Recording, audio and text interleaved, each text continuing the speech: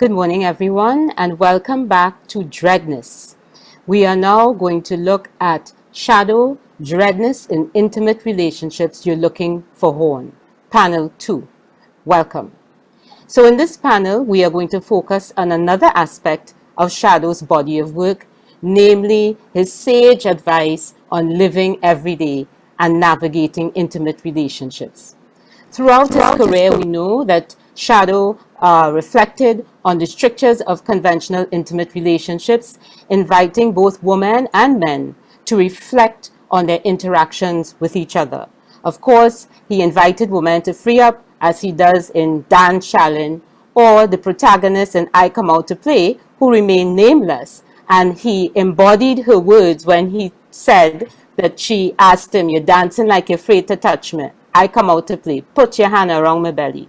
Like you're afraid my man go beat you. Me a hand no man, I tell you." So he invited women to free up. He also had sage advice for men. In his songs, We're Looking for Horn and Treat Me Nice. So today we are going to look at this aspect of his body of work. And we have two panelists this morning. The first, of course, is Abeo Jackson, who is a multi-hyphenate creative coming out of Trinidad and Tobago. Abeo is engaged in the ongoing discourse of Jamet by exploring powerful decolonized narratives of Afro-Caribbean feminism, coupled with the Indigeneity and Maroonage as tools to deconstruct the capitalist and post-colonial ideology and establishment. She is a local and international award winner and winning actor. She's an acting coach, a writer, a dancer, a choreographer, a TV and radio personality, a creative producer, and also a theater producer. So she's a polyglot, according to Rex Nettleford. She is also of Merikin descent, as am I, and working as a creative cultural advocate in Trinidad and Tobago, recently completing the first installment of an ongoing work in progress docu-theater film, I Am Merikin, which was a selected feature of the 2021 Film and Folklore Festival. She's a graduate of Dickinson College, USA, and of course earning an MA from the Royal Central School of Speech and Drama in PhD in England, and is currently pursuing her PhD at the University of the West Indies in Cultural Studies. And of course, many of you may know Abeo from her 6 to 9 a.m. Monday to Friday gig, right, which is on 96.1 WFM Morning Drive, The Breakfast Party. So we welcome Abeo to give us some sage advice as well and some analysis on Shadow's body of work. And the theme of the paper is called Man Kia Take Horn, the interactions of colonialism, capitalism, and gender stereotyping. Abeo, over to you. We have a video first, so then you'll take it from there.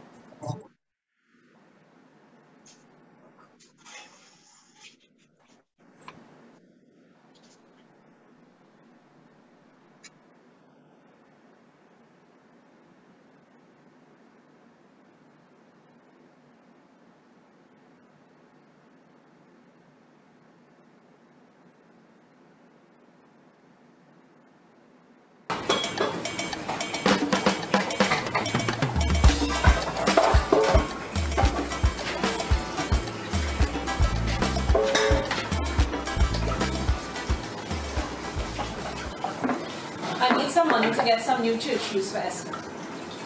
How many shoes she have? It costs Sandy. I wouldn't ask her for money for new shoes for the child if the old one she had was still good. But me no money for no shoes right now. See the shoes she have under the bed? I will carry that by them on them. Boys them will fix up that for me. I have no money for no shoes right now. Something serious. You have no money for new shoes. No money for new shoes, but you have money to be drinking down by Ramsing with that nasty woman. Look, just so we bring in nobody else's child in here for me to mind, eh? See, not today, you know. Not today. Today is not the day, girl. Not today. Mellow class. He said to check him about the walk down by the class. Extra shoes under the bed. Without money to buy honey, you're heading for misery. She want hairdo and calado, and you ain't have nothing. Somebody will horn you. Yeah, we didn't have that many clients today, so I can normally. No, he at school. I need to pick him up around 3. Who knows with he? You could never be sure. Walking, running woman. Well, the money certainly not running like if you're walking anywhere. Joe! I'll call him back. No, I'm definitely going. Joe! What, sir?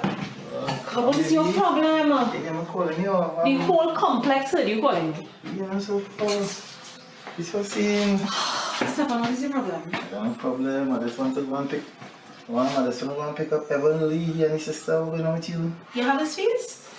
Bring your fees so again. The school fees. The school call, the fees are late. I thought he said he had it handled. I have that handle. Both him and his sister tell the school if there are any problems. Yeah, well, I am his mother and I told them to call me. Okay, and I'm his father and what?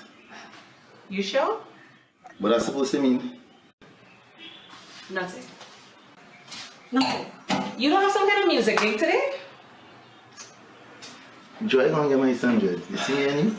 I gonna pick up my standard.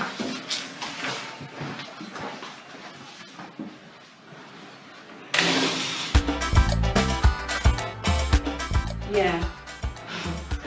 So what time are you passing? You're walking, no. You're joking, no. You're stealing, no. You're dealing, no. You're looking for harm, plenty harm, boy. You're looking for harm, you're going to get harm, boy. All right. Can everybody hear me? Yes, great. Greetings, everyone. It is a privilege and honor to be afforded this space. So, there we go. Man can't take home. The intersection stereotype. Share my screen. Where am I? Hold on. Share sound. 1 second. Yes. Un moment.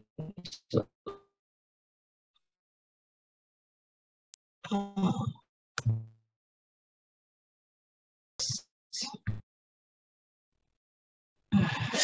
Wow. Wow. Okay.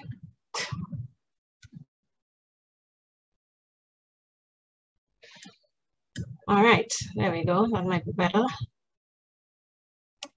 Fantastic. Shadow says somebody will horn you.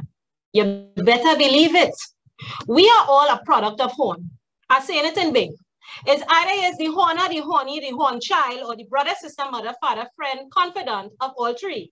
Whether in hushed whispers or loud, not so well kept secrets, we live in a land where indiscretion is only indiscretion perpetrated by the woman. Man horning loud since after Columbus. Lock up your head on them because I done release my crowing cock. Possible remnants of the plantation buck. Wrong and strong and pelting slap, but wrong standards is the wrongness and step.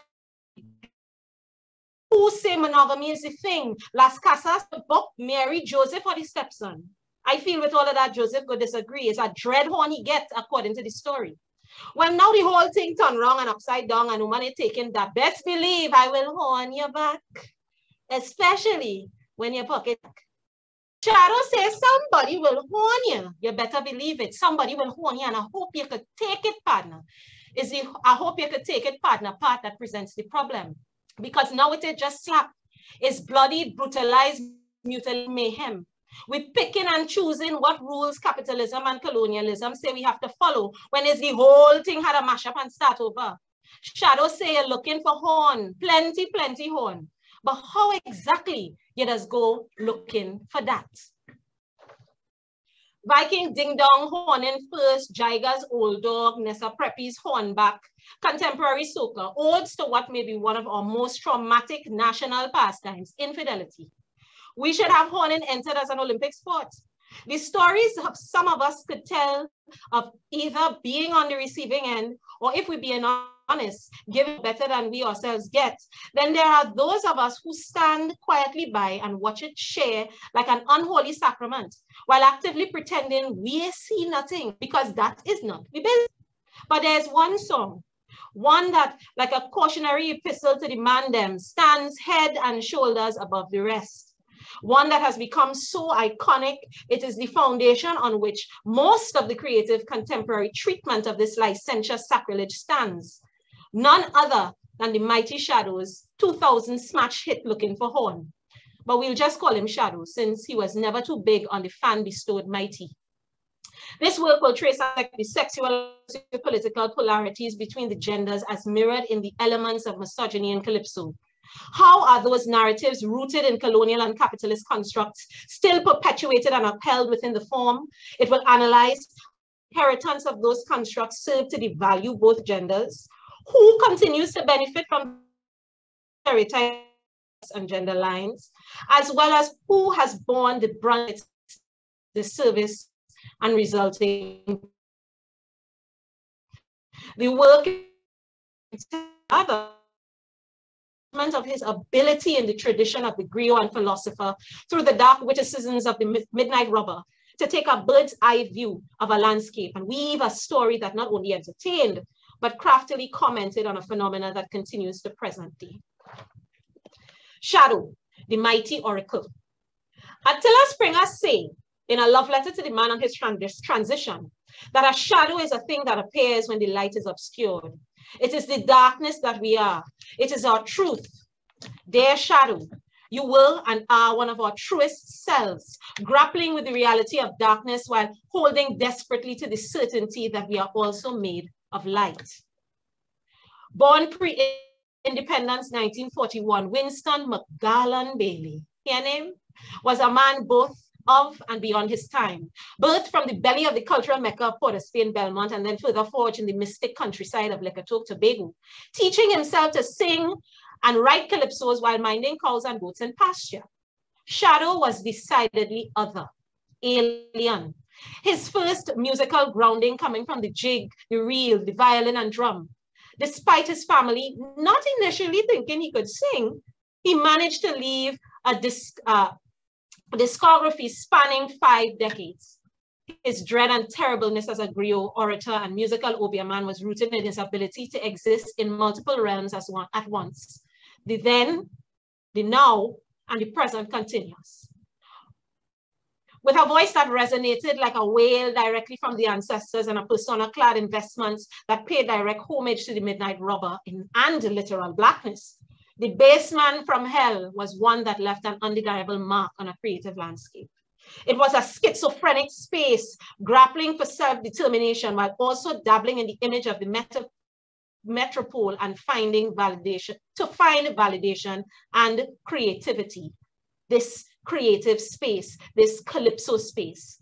The underbelly of the refrain of taking calypso and soca to the world always seemed to be the vulnerability and latent inadequacy of needing validation from the foreign gaze, a gaze rooted in an imperial respectability and the trappings of coloniality.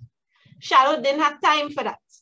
His obsession was with our local space and its dismissiveness of his efforts, particularly in the realm of that destructive thing we love so much, competition. They fed up Rob Shadow in the big yard till he sang a whole song asking the judges, what's wrong with me? But it was that very that was so right, is so right, the present continuous, an example reaching across the realm through his music that speaks authentic truth to power. A beacon for any time, anything, anything makes you question your own strangeness and obeah. Bukareni talks about Shadow's strangeness. He comes in the midst of a quest, a demand, an imperative of political independence, industrial bias as a platform to facilitate true development. But this decolonialization process is bogged down by Eurocentric parameters that reject the genuine self-determination of a people as it rejects everything about Shadow's persona, his blackness, his ethnicity, his Tobagonianness, and most of all, his artistic expressions, which are described as growls and groans and animal-like noises. They're disrespectful. Despite acclaimed by the masses, being acclaimed by the masses, official society kept seeing Shadow as a clown and his lyrics as childish, crass foolishness. And his singing was described as baying, in other words, inhuman. Simply put, Shadow's raucousness disturbed the smooth existence of the Port-of-Spain brown-skinned middle-class Creoles. But the fact is that Shadow emerged after 1970 in the wake of that groundswell of Black consciousness. And while other greats of the form, Kitchener and Sparrow and them fellas, may have been considered more colorful, humorous, or relatable in their demeanor, antics, and lyrics, Shadow purposefully stayed true to himself and his own, what we would now call, social awkwardness and anxieties. Looking at him in countless interviews now in preparation for this work only served to endear him further to me. The nervous laugh, the sometimes always gracious or even wary of receiving compliments, reassuring fans that he would continue to do the work that would allow him to be worthy of their adoration. All this while being extremely sure of his own dreadness as a lyricist and observer of the world. He challenged his perceived quirks into his music, what some would call quirks I would refer to as a predestined call to action, a special kind of obia that became a clear, identifiable musical and performance philosophy. An ability to see and hear with eyes and ears not of this realm. An ability that he talks about in his music explicitly. Bassman, feeling the feeling, tension, pay the devil, what's wrong with me? These songs all speak of his strangeness in some way. A dread ability to see and hear and feel beyond and outside of the knowledge system and sensibility to which coloniality is tied. Bukareni says, to accomplish this, Shadow summons inspiration and creative strength, not from heaven, as the aesthetics of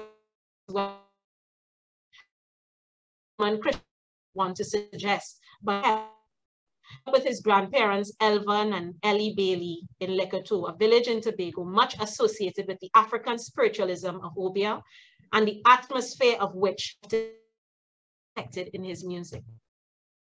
It is this visceral strangeness and unabashed vulnerability that has made the man's work a canon of dreadness within the form. It is this dreadness that allowed him to speak on things of and beyond his time. What was Shadow seeing within the society in the year 2000 that prompted him to pen Lookin for Horn? A tune so big that while many whined, chipped, or undoubtedly snickered, there were various quarters for which it was a source of deep introspection. And still today, because here we are. Maybe it was that 1999 would have seen the passing of the Domestic Violence Act in Trinidad and Tobago. 2000 was also the year that he penned Domestic Violence.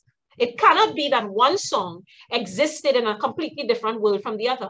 It begs us to connect the dots. Something was undeniably happening within society because by 2002, a United Nations report by the Committee on the Elimination of Discrimination Against Women found that as far back as the early 90s, gender-based violence, including attacks on women and young girls, were pervasive and had long been a matter of grave concern.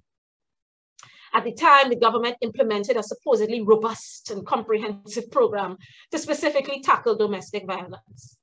But was it possible that Shadow, or be a man that he was, could have seen that decades later, rates of gender-based violence would still dominate headlines in the Trinidad Republic? That by the time we got to 2020, 45 women and 2 girls would be murdered in the space of a year?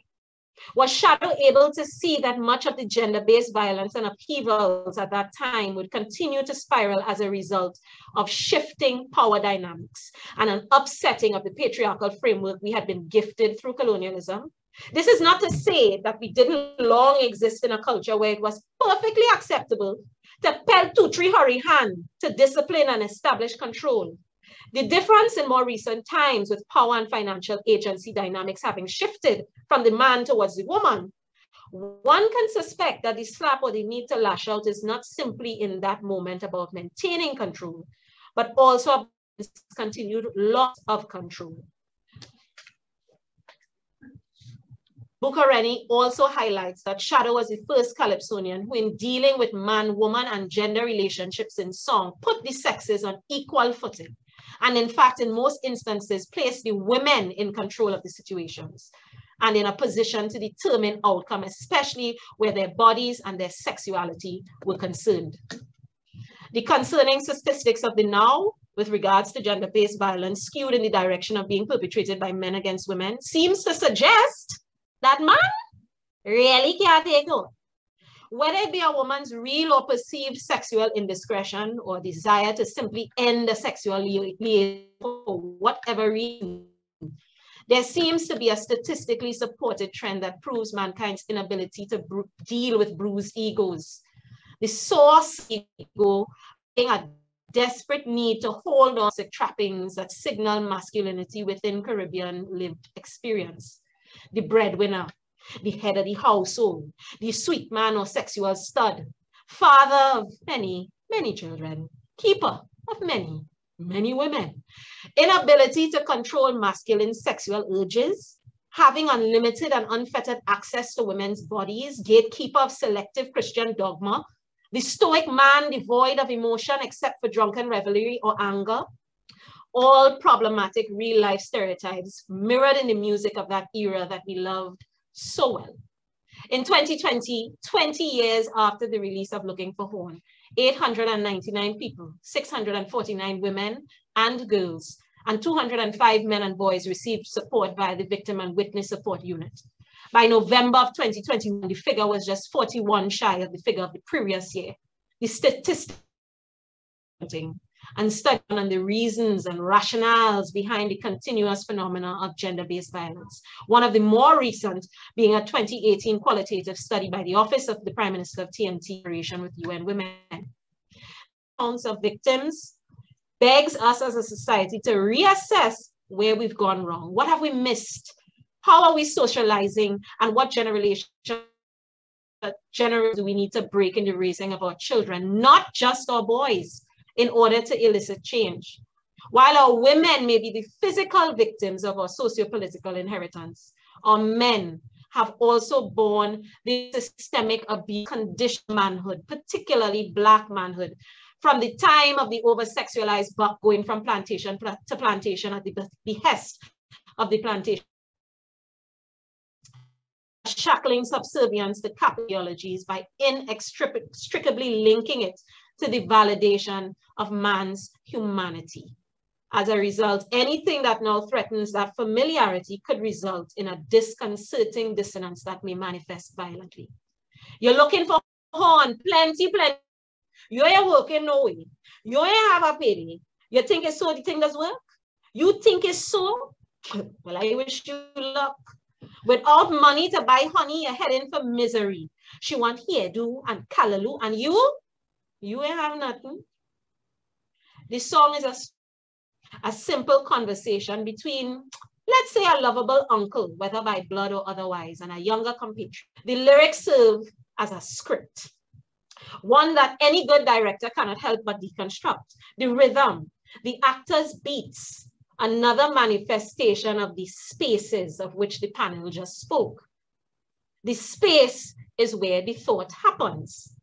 Storytelling beats mirrored in the music, angst that rides on the crescendo and staccato of the brass. So while we whining hard on the chorus, we also find ourselves, well, I find myself interrogating the motivation and thought that prompts the delivery of the line, and the delivery of the line of questioning in the verses. Is it real concern for his young compatriot's manhood? A warning, an admonition? Because uncle see trouble coming down the road and he's trying to save your pain by a little harden. The narrative in Looking for Horn, while provocative in its turning of the power dynamic of expected infidelity on its head in favor of the woman, it also ties up mankind like market crab. In essence, immobilizing the man against the demands of capitalism and Western perceptions of success, job, being by necessities and comfort, while equating not having money as a valid reason for the infliction of emotional trauma. This trauma is inflicted by the person who is phenotypically supposed to be a partner and keeper of his confidence, who instead has been weaponized by a system which in many ways is weighted against them both from the time of the plantation. So what if a horn by a woman has always been about reclamation of agency? From Granny, who would take a chance quietly in the face of Granddad, who she was financially dependent upon, bringing home other children for she to mind. We love to wistfully talk about how marriages of yesteryear used to last 50+ years.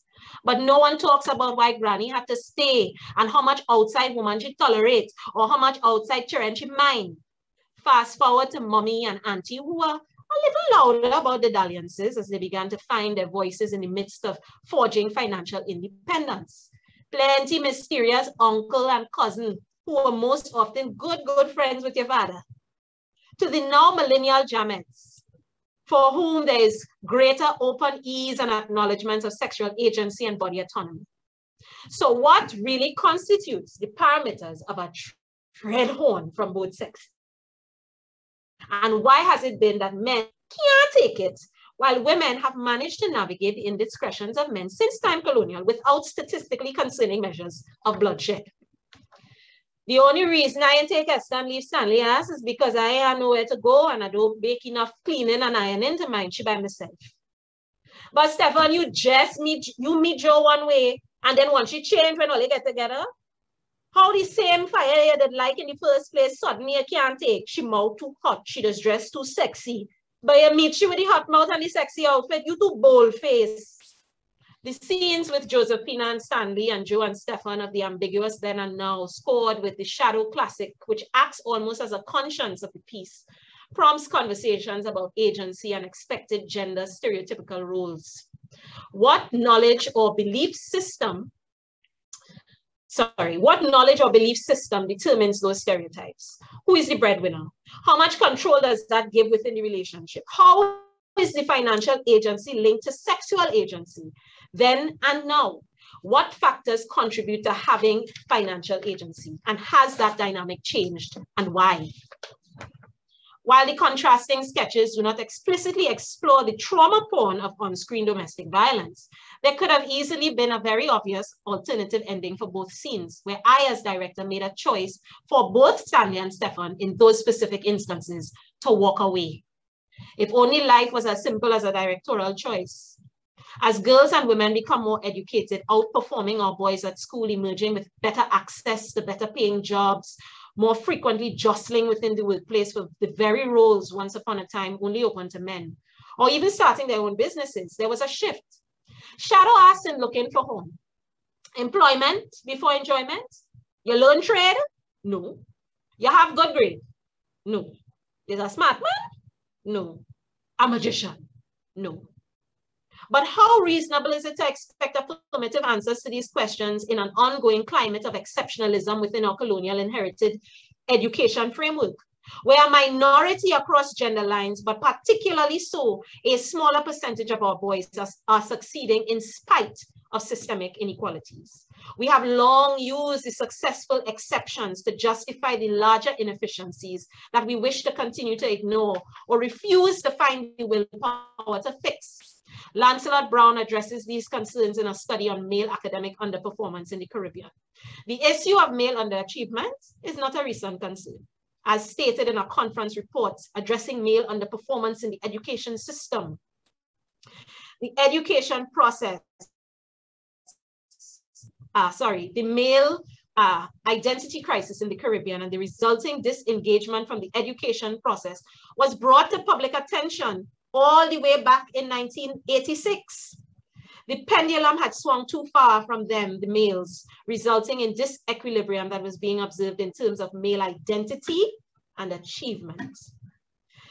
There came a higher rate of separation, divorce, single female parent households. Women simply did not need to be solely dependent on a man. And the terms of engagement had changed, even amongst the lower societal echelons. And therefore they were able to have more control over their lives financially and as a result sexually. There were those who with this newfound sexual agency chose to leverage sex for material gain and financial security. Men and women came to a supposed landing, the arrangement of the sugar daddy or blesser. But therein lay the problem. It seems some men either didn't read or found a problem with the contractual fine print after the fact. Christian dogma, the cornerstone of colonialism, the vehicle that originally spread the civilization of death across the New World, is still quite clear on the required subservience of a woman, particularly sexually, to a man. A woman's chastity was to be peddled or bartered. Desirability and shelf life was only as good as our perception of being chaste and pure. When we started working and making more money than men in some instances, embracing various waves and manifestation of feminist ideology, body autonomy, and sexual freedom and agency, that was when everything turned en masse. The same colonized education system that, despite being problematic and steeped in inequitable distribution of resources, where girls were outperforming boys, is the very same system that continues to stymie any change to how we socialize children across gender lines. The education system is still very much wrapped up and warped in dogma that tells girls they are to be chaste and pure and they are to bear the burden of responsibility for male behavior. A man is violent, but what she do to provoke the man? A woman is raped. Yeah, but what she had, all this while girls and women with considerably more freedom and agency as afforded through education and newfound measure of financial independence are experimenting with and embracing the accompanying sexual and body autonomy that men post-enslavement have always enjoyed. Enter the idea of the woman very loudly and openly horning back as reciprocity or initiating a dread horn, because at this point, fellas, face it, as much as you don't like it, we have options.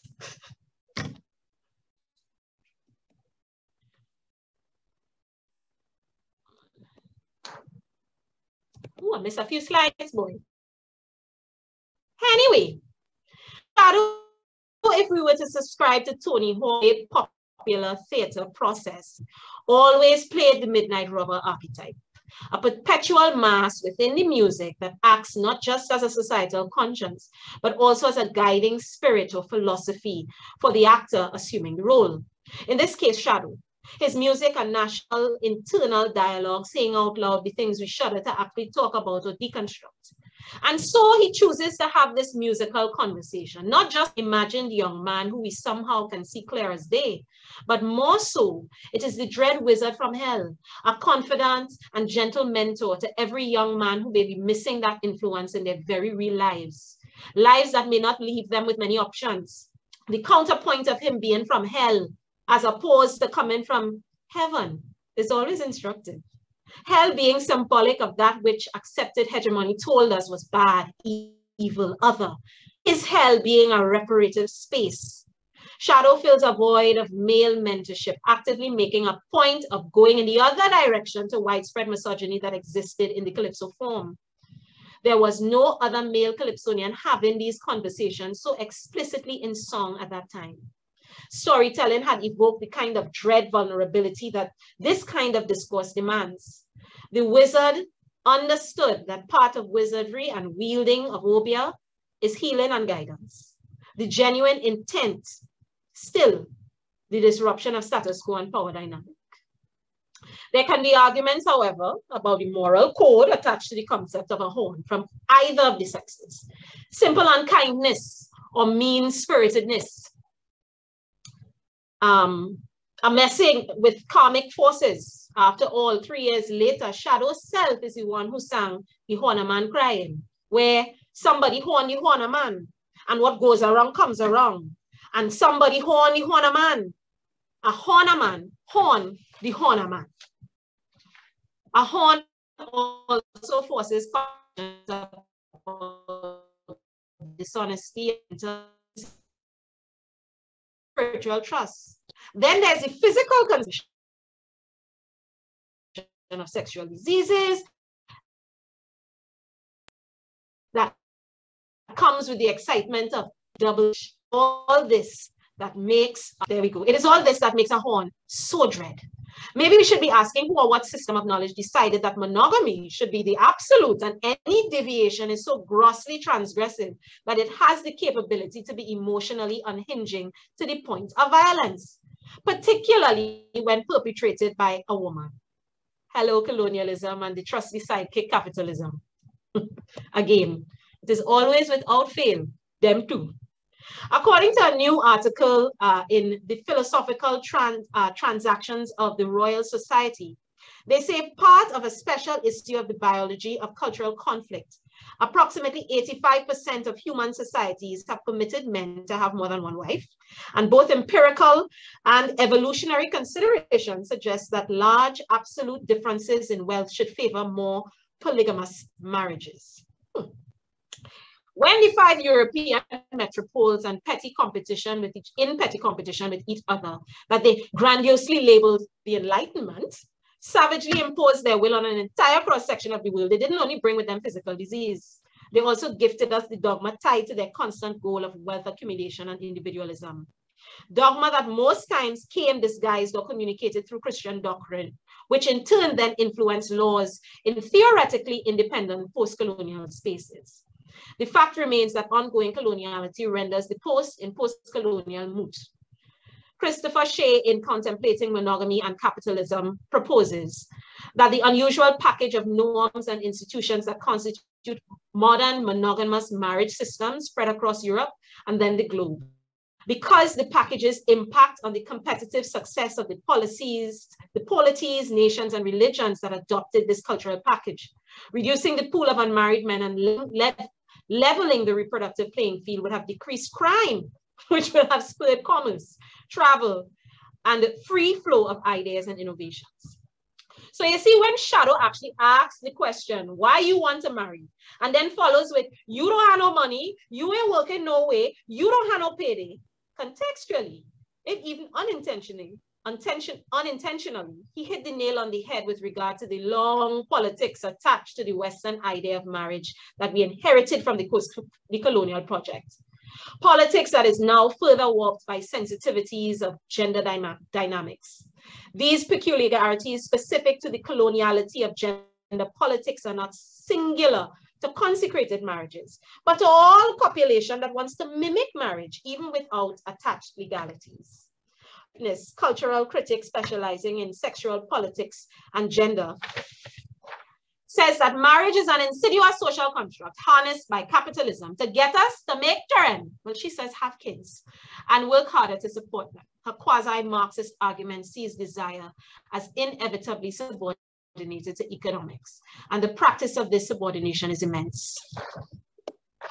The price of that subordination has been death for countless women at the hands of men, and hands of other men in their quest for financial security and dominance. In the face of death and the loss of agency that is ingrained in coloniality and capitalist constructs, we are forced to think that the body is the last or only bastion of power that anyone, man or woman, has at their disposal. So what if a horn at its very core is an instinctive rebellion or resistance to what we've been conditioned to accept as norm, knowing that this norm has never served us? The horn of that which is transgressive as a subconscious subversion or escape of established power constructs across gender lines and stereotypes, a manifestation of base instinctive human freedom. So we're talking man and woman business in Calypso. Shadow's work in Lookin for Horn irrefutably reverses established power dynamics.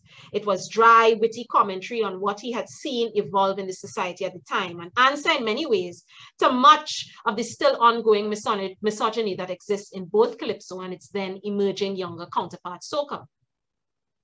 Calypsonians construct notions of masculinity in their lyrics of their calypsos, one aspect of Caribbean popular culture that conceives of what constitutes manliness, the burdens that this imposes on men, the way men define their sexuality and address issues of desire, and the way the male gaze informs how men view and relate to women. These issues,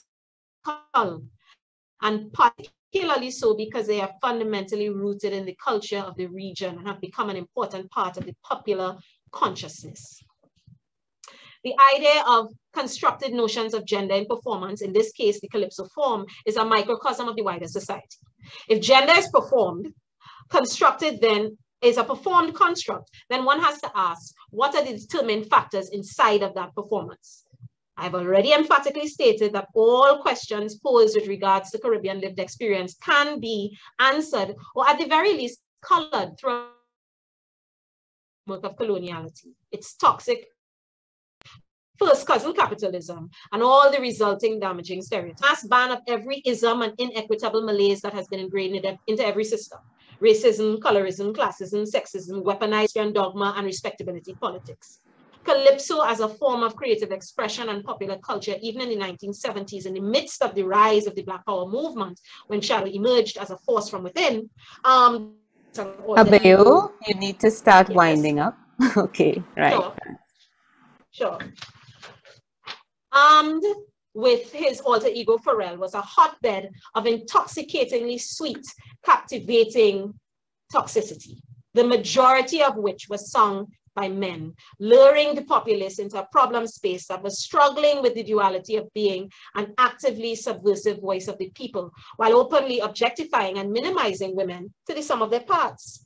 That is not to say that there weren't very clear eras of women contributing to the art form from the days of the Jam at Yard all the way to present. However, the ratio of men to women and their relevant popularity has always been skewed in one direction. It would also be worthwhile to unpack why the music that was most toxic or irreverent in its handling of man and woman thing was so loved by audiences. Again, Sparrow and Kitsch being major prints. What was the addictive appeal?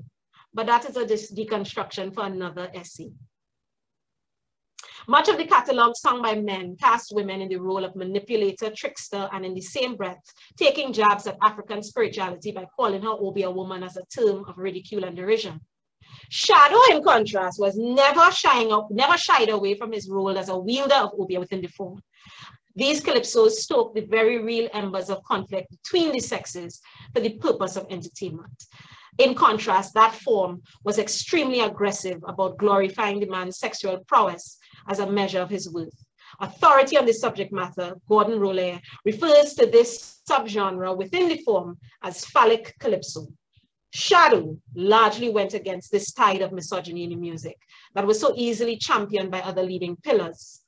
Whereas many of his older contemporaries veered away from social commentary in favor of what some would refer to as smut, Shadow consistently remained an unrighteous conscience of the people.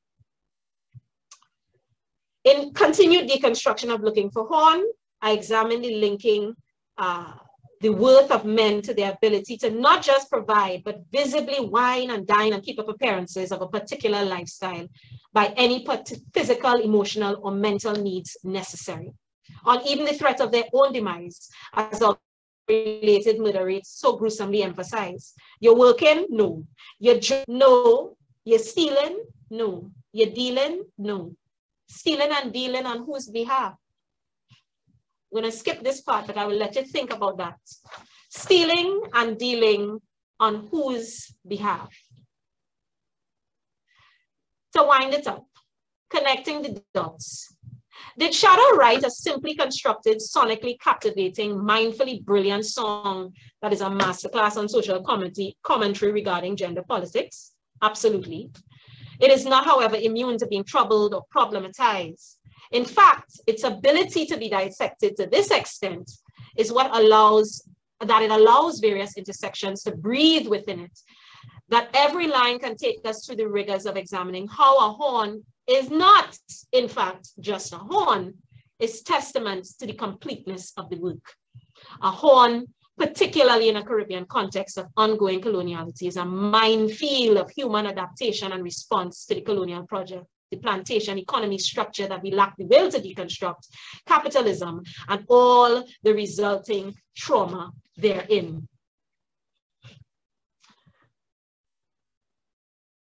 If there's a, just to try to wrap it up, let me bring it down to the ending here. All joke and pick-on aside, it seems that we're empowering women just only so much that they are set up to be brutalized. We are conditioning men and women through a lens of coloniality that says the trans monogamy is deserving of ridicule, punishment, up to and including the promise of death. We deal in inequities across systems that were never designed to do anything but oppress and frustrate. We telling men, particularly our beautiful Black men, that their value is tied to capitalist things by any means necessary. We telling women that in retaliation for decades of unfair power dynamic, strip them of their agency, that now mankind should be measured by material wealth since they bring knowledge to the table. We're stripping people of their humanity and making caricatures. So if there's a horn child, think of how that has colored how you receive the world and influenced your own interpersonal relationships. If you're independent, self-sufficient, and a woman, what does that affirmation mean to you? And how much of that independence is generational, is a generational response? And if you get horn years ago and you still get vexed every time you think about it, ask yourself, what make it so dread that you're yet to recover? Fried with chicken. She wants her old shoe and she feeling to hit you. What a stark and purposeful role reversal.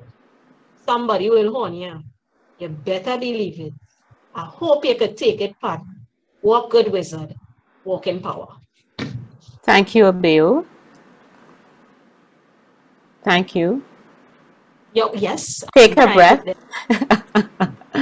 All right, thank you, Abeo, for that very complicated and sophisticated analysis in trying to bring together, I think, 3 or 4 strands, 3 or 4 arguments. Primarily, of course, the creative work of Shadow going along with the issue of domestic violence, not just in Trinidad and Tobago, but the region.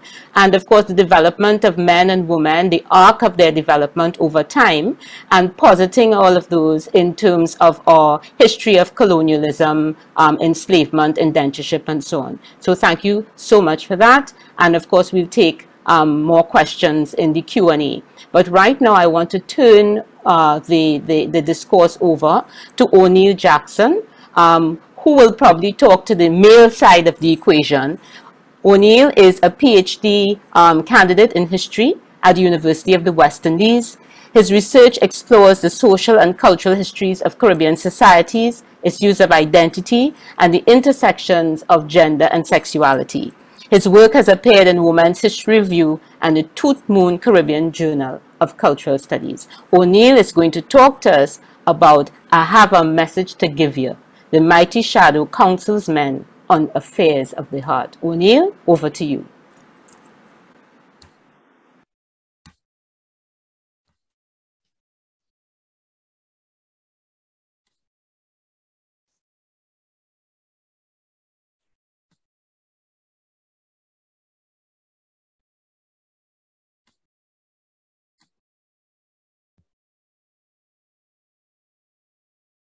All right, a pleasant good morning to all.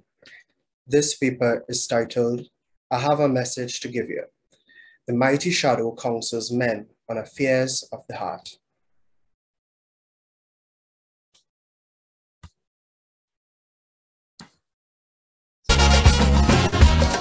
Leroy, I have a message to give you. Leroy, I have a secret to tell you. You in love with Matilda, she invite you for dinner. Mama done start to prepare, she done boil she underwear. Don't go in them people house, I'm warning you. Don't go in them people house, I'm telling you. Go mangala in the coffee, go mangala in the movie, go mangala in the porridge, go mangala in the sandwich. If you eat them people food, you turn stupid. And when you start feeling good, you're done married. Go mangala in the tulum, go mangala in the boom.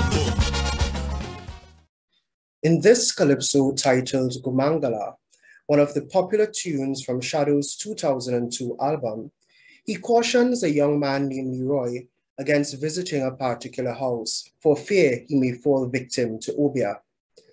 This was not the only occasion in which Winston Bailey, the Mighty Shadow, delivered messages and words of advice to men regarding courtship, marriage, and infidelity.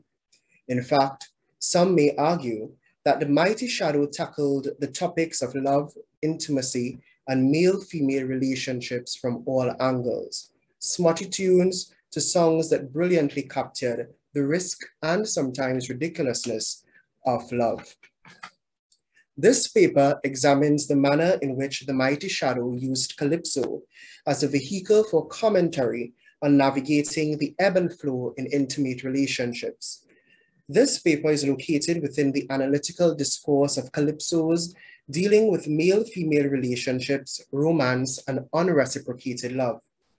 The 4 calypsos analyzed in this paper are Modern Housewives, released in the early 1970s, and You're Looking for Horn, Gumangala, and The Horn a Man Crying, released in the early 2000s.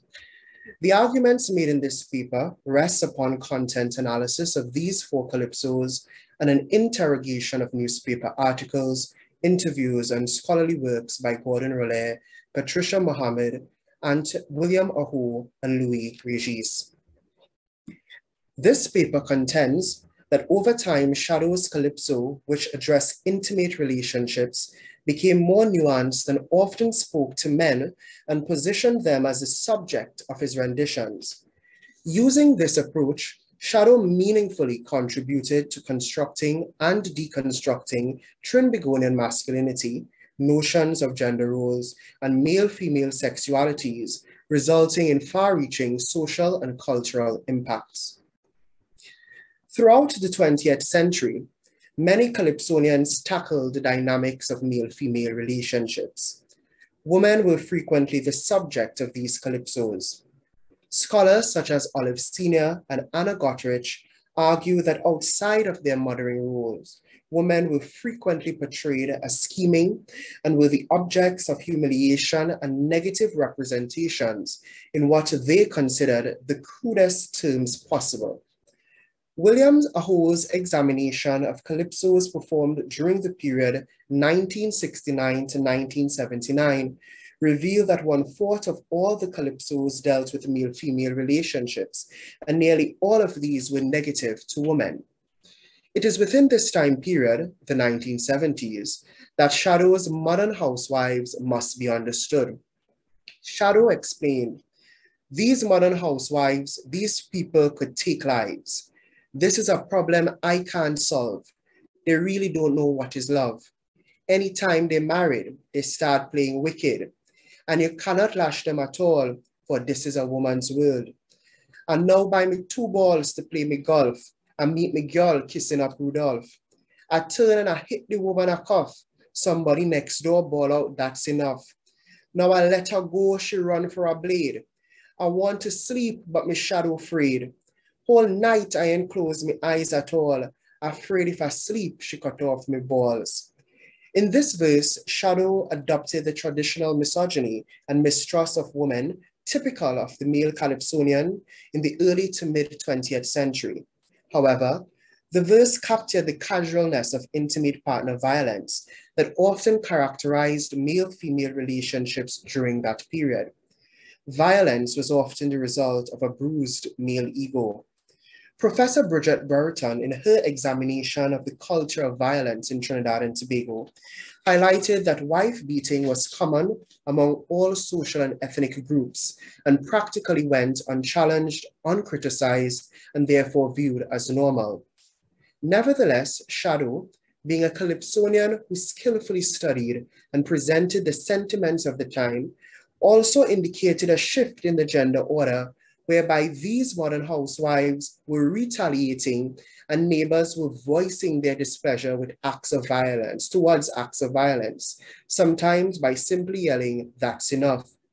In Modern Housewives, Shadow also offered insight into the challenge to masculine authority that had started taking place within the domestic sphere. In this instance, it was clear that he had lost his imagined control and power over his wife, and was therefore likely to expect some degree of revenge. The possibility of what could happen if he fell asleep kept him awake all night. Moreover, this calypso reinforced the notion that marriage was a battlefield where husbands and wives were engaged in a relentless struggle for power. Indeed, Rolle, in his 1990 work, argued that the dominant script about love Caribbean style presented by the calypso was primarily that of love and implicit mistrust. Shadow continued to explain his experiences with modern housewives. He lamented, "Women nowadays does only love on Fridays. They quick to join matrimony, but only for security. They don't care about husbands. They always have a side man. And if you give them a lash, when you're sleeping, they burn out all your mustache. Every Friday evening, my girl is a darling. She kissing me, a feeling nice. Inside the house, like paradise. Monday, money finish. She start watching me like rubbish. And if I touch she hand Tuesday night, she running for cutlass to out me light. In these verses, the mighty shadow brings to light the relationship between economics and intimacy. He indicates that on Fridays, payday, the home is filled with affection and warmth. From his perspective, money sweetens a wife, who in fact entered marriage for financial security. According to historian Julian Matthews, the tradition at that time was that in selecting a partner, a woman as the financially dependent party should prioritize the qualities that indicate a man's ability to provide for her. However, Shadow suggested that such a romance was conditional and short-lived because the home turns cold once the money is done. The wife withholds all forms of affection. In fact, according to Shadow, she becomes angry and disgusted by the very sight of her husband. These modern housewives, according to Shadow, also always had a side man. Indeed, this was a bitter pill for a husband to swallow. He warns, however, if you dare to give them a lash, then revenge will be your portion. The theme of the side man was a popular one during the 1970s and 1980s. For instance, in her 1973 release, What She Go Do, Linda McCarter Sandy Lewis, Calypso Rose, contended that wives only got respect from husbands when they rebelled. She also explained that no one man can satisfy a woman, and therefore, as Roller interpreted it, women were encouraged to supplement their diets with an outside man and give their husbands serious opposition. Thus, Shadow's complaints about modern housewives having an outside man was not strange. In fact, it reflected the sexual politics of the day and the 20th century feminist ideology of sexual equality between men and women. In Modern Housewives, Shadow offered two major pieces of advice to men. One, modern housewives were not taking lash again. In fact, they were exacting revenge. Therefore, if you make the mistake to lash them, think twice before you go to bed. Two, these modern housewives are only interested in matrimony for economic security. Therefore, if you want your home to feel like paradise, ensure that your money reading right. At the turn of the 20th century, Shadow continued his mission of offering wise advice to young men. He positioned himself as an elder, a man with a wealth of experience on affairs of the heart. In his Calypso, You're Looking for Horn, a young man identified as his godson asked him for advice about his intention to marry a young woman, Rosita, whose beauty had captivated him. Shadow began by asking him a series of questions. You're working, you're stealing, you're dealing. His godson's continued response was no. Shadow advised, you don't have any money, you're not working anywhere, and you don't have a payday. Then certainly you're looking for horn. In this Calypso, Shadow centers the critical relationship between love and desire and economics. Simply put, he suggested that love is not enough to sustain a marriage. This Calypso offers a clear indication into the construction of masculinity in this period. Masculinity is inextricably intertwined with ideas of labor, economic power, and the traditional gender role of the breadwinner, as Abeo so clearly explained. While satisfying women sexually, remains central to the masculine project, economic provision is also a critical pillar in shaping the idea of manness. For Shadow's godson to not have a stable source of employment or income, which therefore rendered him unable to buy fried chicken, a perfume, or even pay for hairdo, indicated very clearly that he was not ready for a wife. By Western definitions, his lack of an income undermined the very foundation upon which his masculinity was to be constructed. Similar to the sentiments expressed in Modern Housewives, Shadow contends that a broke man triggers feelings of disgust and annoyance in their spouse. He warns his godson and young men in general. When a wife sees other people with things that she desires and you are unable to provide, she will feel to hit you. Once again, Shadow's message to men was clear: seek employment before enjoyment. Without doubt, growing up in Lookin, Tobago would have exposed the Shadow to interesting reptiles such as a species of lizard locally called a gumangala. Now, according to him, the gumangala, among other things, were used in the preparation of meals to hook or tie a man, and most importantly, get him to marry. Once these foods and beverages are consumed, a man turns stupid and is unable to think clearly. As a seasoned man in the love business, and one who understood the treacherousness of some women, Shadow cautioned Leroy against visiting the home of his love interest, Matilda. Shadow heard that Matilda and her mother were conspiring to tie up his foot and make him a bridegroom. Gumangala was the secret ingredient in the eggnog, the dumplings, and even the pumpkin. Once again, Shadow's advice to men is clear: be careful where you eat and from whom you eat. Shadow's discography, specifically his compositions on male-female relationships, also includes calypsos on men's infidelity and sorrow. His calypso, The Horner Man Crying, tells the story of a young, strong, muscular man who enjoyed extramarital conquest. That was until this notorious Horner man got horned.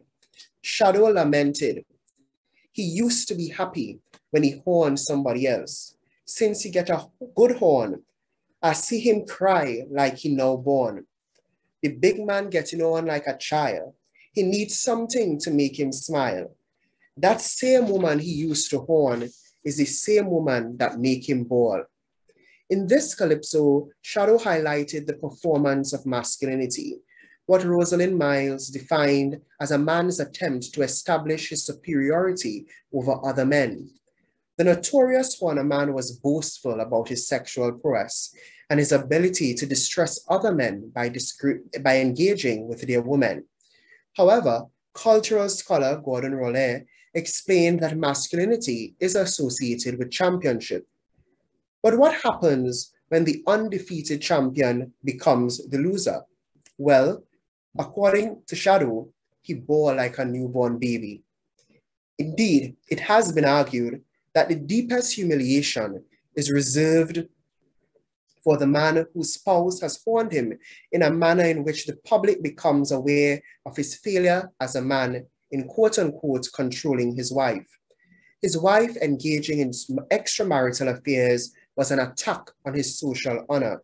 However, according to Calypso Rose, such actions are necessary when wives are neglected and left unsatisfied at home.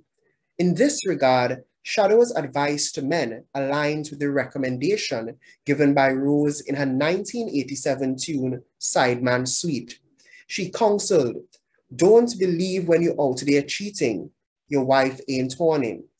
It's tit for tat and that is a fact. It's time to pay respect and stop the damn cheating act. While we chuckled or laughed out loud as the issues Shadow presented in his Calypso love songs, a closer examination reveals that he continually offered wise counsel to men on a range of issues related to affairs of the heart. Even more significantly, his music reflected and shaped gender relations and meaningfully contributed to constructing and deconstructing Trinbagonian masculinity, ideas of gender roles, and male-female sexualities. Thank you.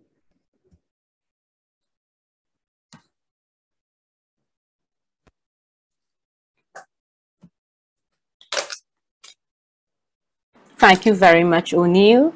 And I think your presentation complemented Abeo's in such a beautiful way. So it's like they fit together like a puzzle. So the question I would have for both of you before we go to some comments and some questions is, would you then describe Shadow as a womanist or feminist? And if so, why? Anybody I think so. want to go first? I think so. I think what he was doing at the time, because it went so against the grain of what was happening otherwise in Calypso amongst the male Calypsonians, the men, and the fact that he didn't just you know, kind of dabble closely to the idea of empowering women. He took this idea, kind of flipping things on its head entirely.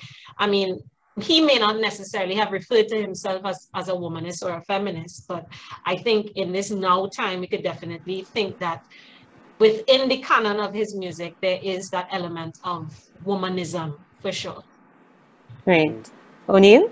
I think that his feminist perspective developed over time. That's correct. I think when you look at his calypsos from the 1970s, such as Modern Housewives, I think that at that time he leaned into, you know, this dialogue about women being scheming, right? And it continued to some extent in the 2000s when we look at Gumangala, because there is this woman, Matilda, conspiring with her mother, you know, to tie up this man. So I think that he, in many ways, leaned into the traditional dialogue regarding women, you know, not being as trustworthy, somewhat being treacherous in love, but at the same time, we also have examples where he adopts a feminist perspective, where he, for instance, you're looking for Horn, applaud this wife, all right, who finally broke down this notorious Horner man. So I think that over time, his message became more nuanced. And he did develop a feminist perspective in his own type of way. Yes. Yeah. And I want to talk about his own type of way. That I think is important because he's doing a lot of this reflection and deconstructing of intimate relationships at a time still when there are more women coming onto the scene and singing and so on. So I saw someone drop in the chat. It was interesting that you brought Rose and him into conversation. So this is happening too, but I am interested to talk about the evolution of his type of womanism and what that meant, because as you're saying, even in his later on in his canon, you still see some of the, you know, work that we would say is not so feminist or whatever. So how would you express his type of womanism in his body of work? O'Neill, that's for you, and Abeo could come in after, because you coined it. You said it. I think that he was a realist. I think he understood the ground. I think he understood the politics of the day. And, you know, his calypsos represented and reflected what was happening on the ground. So, you know, I think Abeo, me being, you know, a historian by training, I tend to stick to the historical arguments, but I think Abeo brilliantly linked the past with the present with what we are seeing with Domestic Violence Act of 1999. And the reality is that, yes, there was this body of feminist ideology and ideas, but we were still seeing, right, violence against women. We were still seeing a lot of conversation about Horn that we are still seeing. So I think that he was a realist, and his brand of womanism was the reality of what was happening on the ground. Like, while we are talking about women's empowerment, women's liberation, I think it should not be exaggerated. You know, in terms of running the risk that women were still victims of domestic violence, and they too were engaging in their lick back or their horn back, as was common in the latter part of the 20th century. Great. Abeo, thanks. I do agree with what O'Neill is saying in terms of him. Shadow was a man of his time in terms of, and he, in interviews, he says this, in terms of being of the people and singing what he lived, and which made me wonder, because he deals with horn in at multiple intervals. There are multiple songs that are very explicit about horn. I'm like, you know, that idea, it makes you wonder what his experience with it would have been. But I think that's the beauty of him in terms of him being a storyteller. Sometimes when you create characters, as a director, as a writer, him as a Calypsonian, you don't judge your character. You make a point of not judging your character. You simply tell the story. And yes, you can have commentary attached to the story. But I think a lot of what he did was present us with this story and give us the opportunity to come to our own conclusions, make our own judgments, encourage conversation, encourage a changing of narrative and changing of conversation. But yeah, he was definitely a man of his time, and that didn't necessarily mean that he was devoid of his own various blind spots, etc. And I think in terms of his treatment of women that may have gone a little bit in the other direction, at the end of the day too, as well, we as women also have to acknowledge the role that we play in upholding patriarchy. You know what I mean? Within womanist conversations, what belief systems and knowledge systems are we holding on to that allows us to uphold those very systems, which in essence too would color the way he would write certain things and why he would write certain things and the characters that he would create. So yeah, I don't think it's one-sided at all. I think there's nuance inside of what he would have created and the legacy of work that he would have built. Yes, exactly. And as a young girl, I remember the first year he came out with I Come Out to Play and Basement. And I Come Out to Play was kind of that very nuanced description of this woman, right? He's asking her to free up at the same time, right? But the way in which he narrates her voice was different at the time, right? He empowers her, he gives her agency. In fact, she's in charge of the story. She is in charge. She is speaking to him, right? So that, I think, was, I guess, a way of him reading himself and looking at a story and telling a story, right? So we have some questions in the chat. So someone asked, in Abeo's presentation, I missed what was the correlation between Looking for Horn and the person who received support from the victim and witness support unit. Was it that the song was a turning point for how we publicly address topics, situations like horn and domestic abuse? I definitely think it was a bit of a turning point, but I included it to show that whole idea of shadow being that, like, I see a man and see it, almost being able to see what possibly would have happened. The reason why he was given this warning in the first place, that whole young boy that had trouble in it, it's best to leave that alone. That whole idea of, if we don't address this now in the way that he chooses to address it, later down the road, we're going to see a continuing and a spiraling out of control of a particular phenomenon, which is exactly what happened, which is why I included that into the conversation, that while we were having that conversation and whining to it in 2000, maybe we weren't necessarily really listening to it the way we should have been listening to it, or deconstructing it the way we should have been deconstructing it. Yes, you're always looking back at something. And just for the record, there was a 1985 domestic violence actor. The 1991 one was a revision of the original one. Revision. Yes. Okay. Thank you. Sean is asking, O'Neill, do you think that Shadow's comments on Trinidadian masculinity extends to wider contemporary Caribbean masculinities, I would say? What are the implications for how we as men move forward? What Uncle Shadow trying to tell the men? That was my part. I certainly think that his counsel is relevant and applicable. And what I try to look at in my analysis of the works would be, what should men take away from this? Because in one of his interviews, you know, he identified men as one of his publics, right? I still believe that there is great importance placed on economic provision as a man. I also think that not taking care of your children and your home is considered injury to your masculinity in certain contexts. I do think that, you know, sexual satisfaction of women is still a major part of the masculine project. I also still believe as a Tobagonian that men are mindful of where they eat and from whom they eat. And in my, you know, conversations with other people throughout the Caribbean, and shadow music went beyond the Trinidad and Tobago, I still think that those ideas about being, you know, just judicious about your interaction with certain women, right? Be mindful of what they give you and when they give you it and all of that.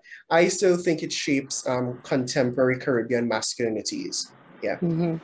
I think that's really important and something that we don't perhaps discuss enough, but that sense too that very often in these narratives the women are shown as victim and reacting or resisting and carving out their agency. But the other side of the story, where men too are victims and men also have to be mindful of their interactions, that story doesn't see as much light. Yes. And anybody who knows me knows that that is something that I want to repair. You know, so that sense of male vulnerability.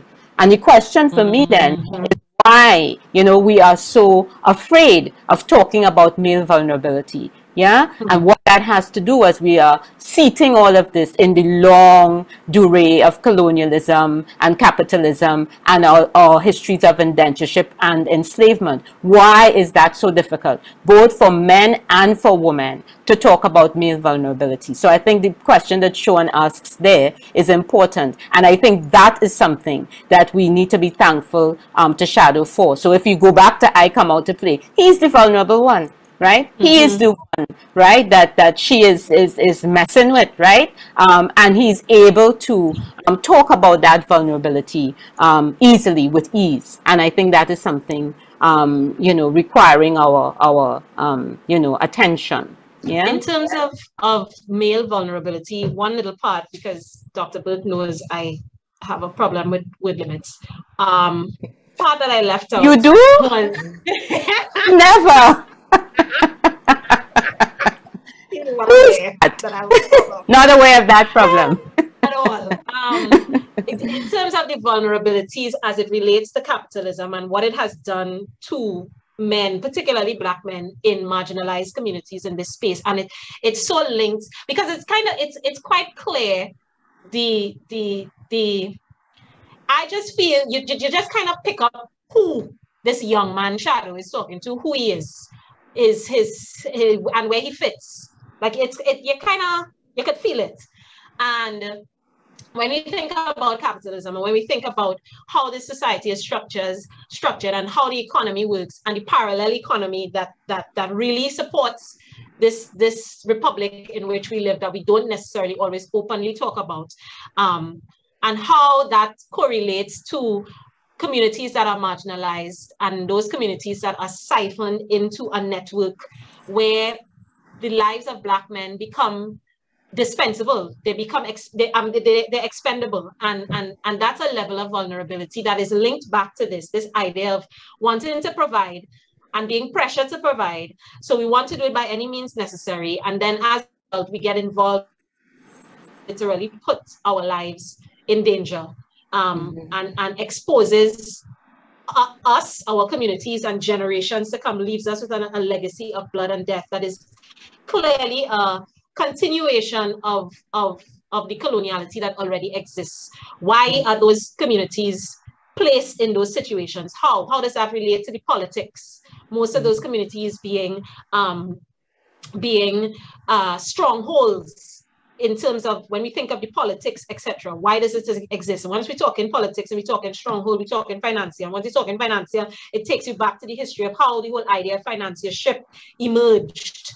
So for me, when we talk vulnerability, there's so many threads that have to end up being linked together in terms of how Black men of the lower echelons and strata of society are particularly targeted, and then in turn how they interact in their interpersonal relationships.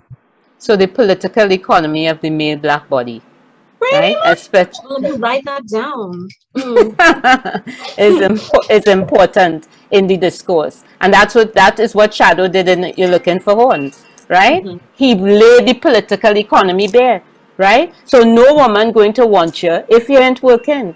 You ain't. Where's your story, right? And in doing so, I think he raises some of the structural problems because that determines manhood, right? And if you don't have those things, you are not a man. So you will get horn, right? So it's those kinds of historical things in the simplicity of the language, which brings me to the last question that Sean asked about his communication. So the languaging of these issues of intimate relationships in Shadow's body of work. Any comments on that at all? All right. Well, in doing my research for my PhD program, I had the privilege to interview the mighty Shadow, and I think that his music is a true representation of who he was as a man.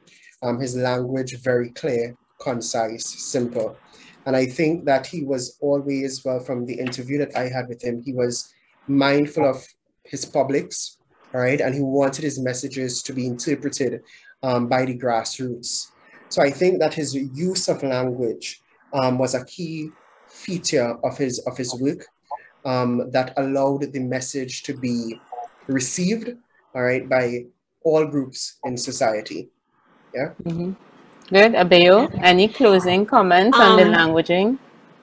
For me, like I looked at the lyrics. Of course, you look at the performances, you watch all his interviews. But for me, when you look at the lyrics, for me, it's like a script. And the beauty of a good script, looking at it as a director, is the simplicity, the directness of it in terms of how he engages. And the thing is, it's not a monologue, it's a dialogue, because it's not just his voice. There's also the voice of the young man, and how simple, how unfussed it is. He gets down to the meat of the matter without being, verbose, without engaging in this whole idea of machoism and what it means to be a man. And, it's just an uncle who looking out for you, telling you. Watch now. What I said. Yeah, exactly. That happen. As Tony Hall used to say to me, that has happened. That has happened, and that is, there's power inside of that. There's a whole lot of power inside of that. Yeah. It leaves room for you to discover and explore yourself. And also how the language interacts with the music, how it rides the music, where the horns come, where the spaces, as you were talking about, are. And for an actor, the breath, the space, that's where the thought happens. That's where the analysis happens. For me, that's super, super important. So yeah. Right.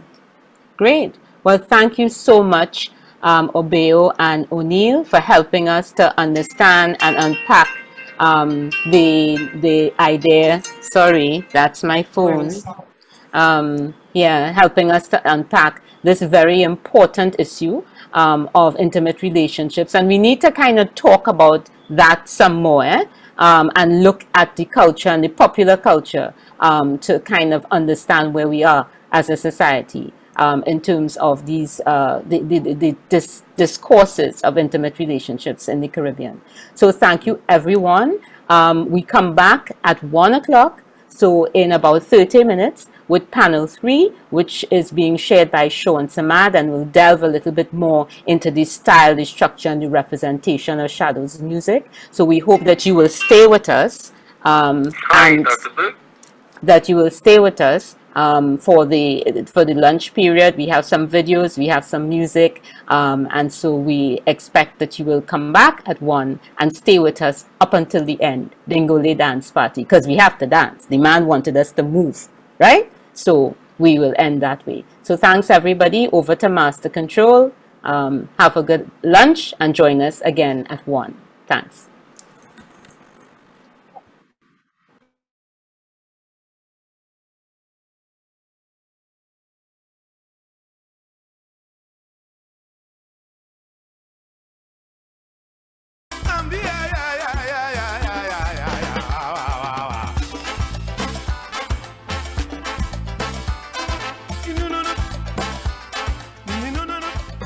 much like other Calypsonians, Shadow is analogous to the griot, right? The griot, of course, from that oral tradition of West Africa.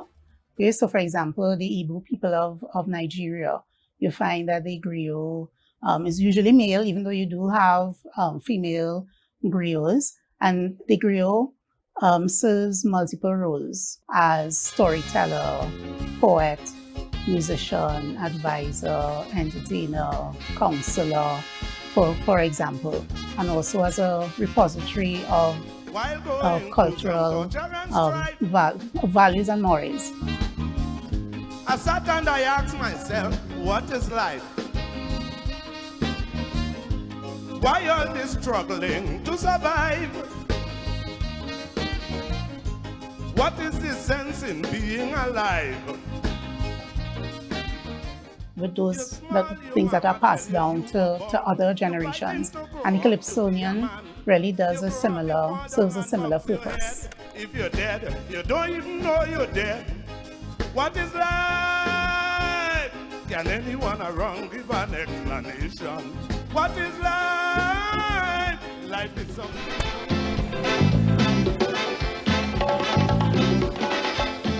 A young man asked for an opinion about a lady he wants to marry. So in You're Looking for One, for example, there's this conversation, of course, between the addresser and the addressee. And the addresser is, of course, we gather that it is an elderly person.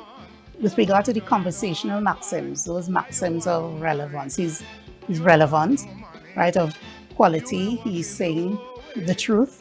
What he has to say is sound.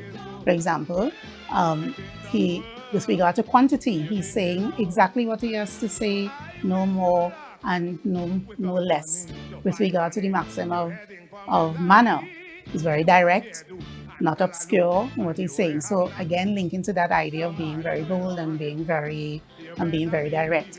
And then we know too the rhyming couplets, right? The song, the rhyming couplets predominate in the song, and they lend to rhythm and musicality and memorability, and also to those pithy and epigrammatic ideas, right? That's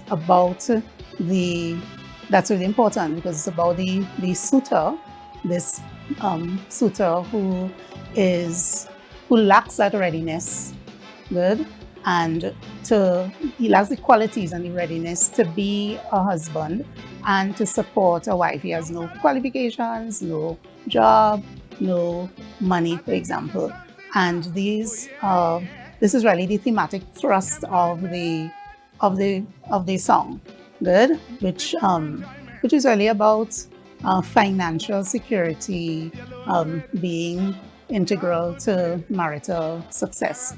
So that is another means whereby Shadow in this song conveys that dreadness through the conversational maxims, through the rhyming couplets. Shadow, the direction the music is taking right now with the soca business, and people say there's a pure wine and jam thing. You're not hearing much of the social commentaries. Your thoughts on that? Well, I try to do it my way. I try to look for beautiful lyrics. The music itself is great, you know. If we could do more with the lyrics, we could get further with the whole product. Shadow, let me say thank you very much. Keep on doing what you're doing, and we're looking for greater music. Thank you. Well, next year I feel I'm going to be sweeter than sweet. And may the bass man still stay in your head? Anytime we move, I die. Shadow exemplifies the importance of oral literatures to our society, right? There are those who consider sometimes they consider the written literature to be more, I suppose, superior to the oral literatures. They tend to associate written literatures with pre-literate societies. You know, some of these kind of derogatory terms and impressions. But by and large, in our Caribbean culture, both the oral literature and the written literature, they're important. And we have the Calypsonian who really straddles both, because you have Calypsonians who get there on the stage singing, good, and as I say, song is part of our oral tradition. And then you have some Calypsonians who may be songwriters, right? We know some of them have people who write for them, but they are also, some of them are songwriters. So both the oral and the written, the spoken and the written are very important with regard to Calypsonians, right? That's at least associated with Calypsonians, like the mighty Shadow, okay, who is one of, as I say, a legend and a giant in the Calypso world.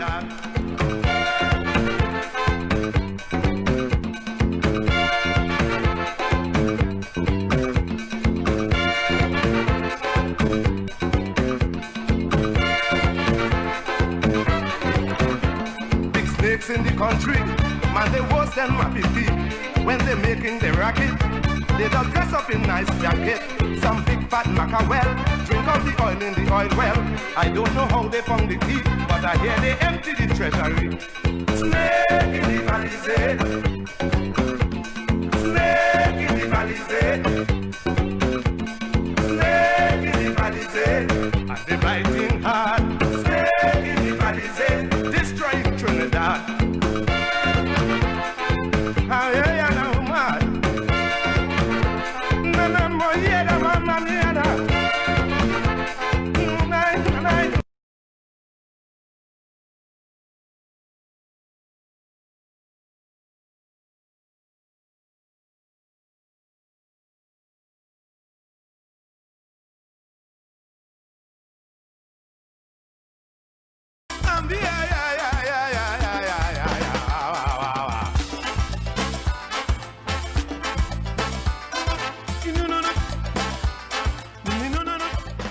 Much like other Calypsonians, Shadow is analogous to the griot, right? The griot, or some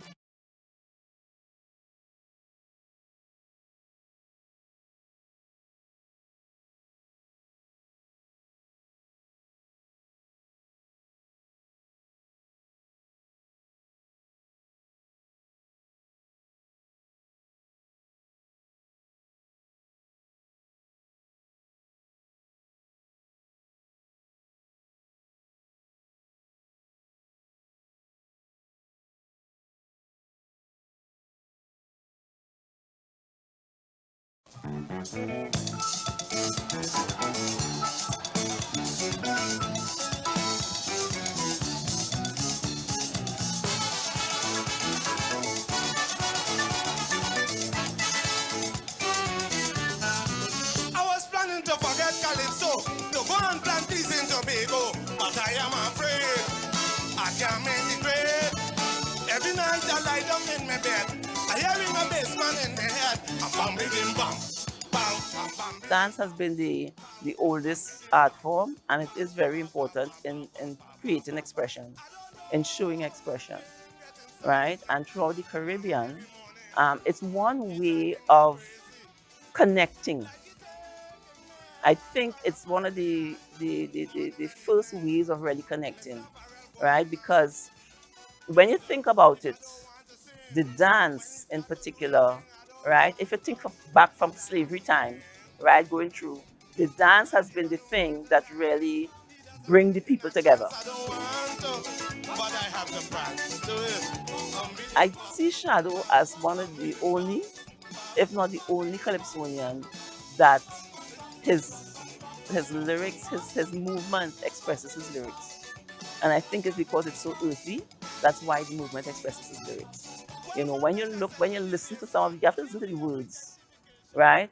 Like, I love music.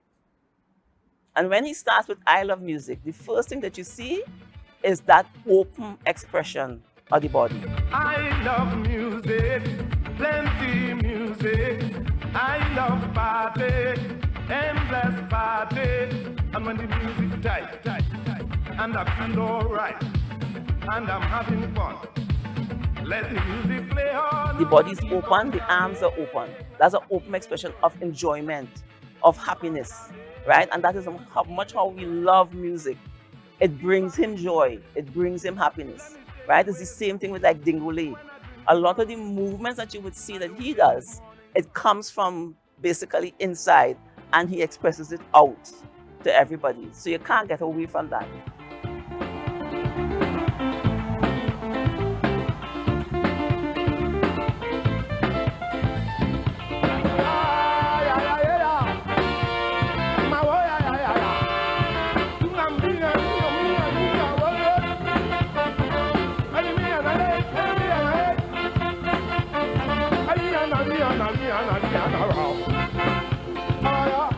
You have an expression in dance where we say, you watch at a show and you look at the dancer and you say, but that dancer ain't saying anything, because the body is not saying anything, right? That dancer dancing with limbs. The arms, the legs are high up, the arms are all over the place, but the body is not saying anything. And that's the difference with Shadow, in that his body really expresses his lyrics. Now we're gonna party and there's you got ready?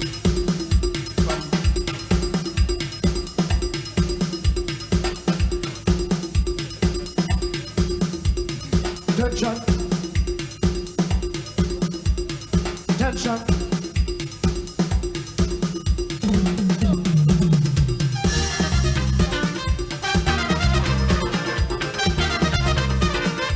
Tension in the body, tension in the soul.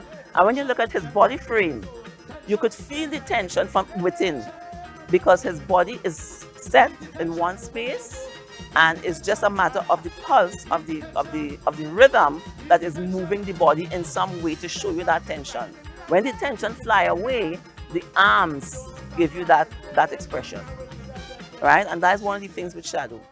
If we look at Bassman, right? His dress for Bassman is the skeleton. Why is that? Because Bassman is a spirit, right? A spirit that's working in his head, right? That spirit, does that spirit move? That spirit can't move much. If you think of a spirit, it doesn't move much. But all that spirit could do is move up and down. And that is his signature move, that jump up and down thing. The body is very enclosed, right? Because the spirit cannot move unless you move the arms or the legs, that spirit is not going to move the arms and the legs, right? So the basic movement for that is just that jumping up and down, right? And that gives you the sense of the spirit, particularly, especially with the costume that he has, right? For that spirit.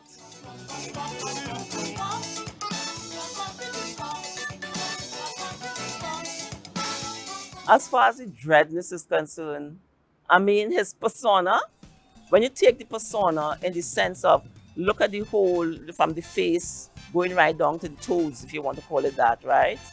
He has that expression in his face that gives you that kind of a Dreadness for his music, right? That kind of an expression in his face.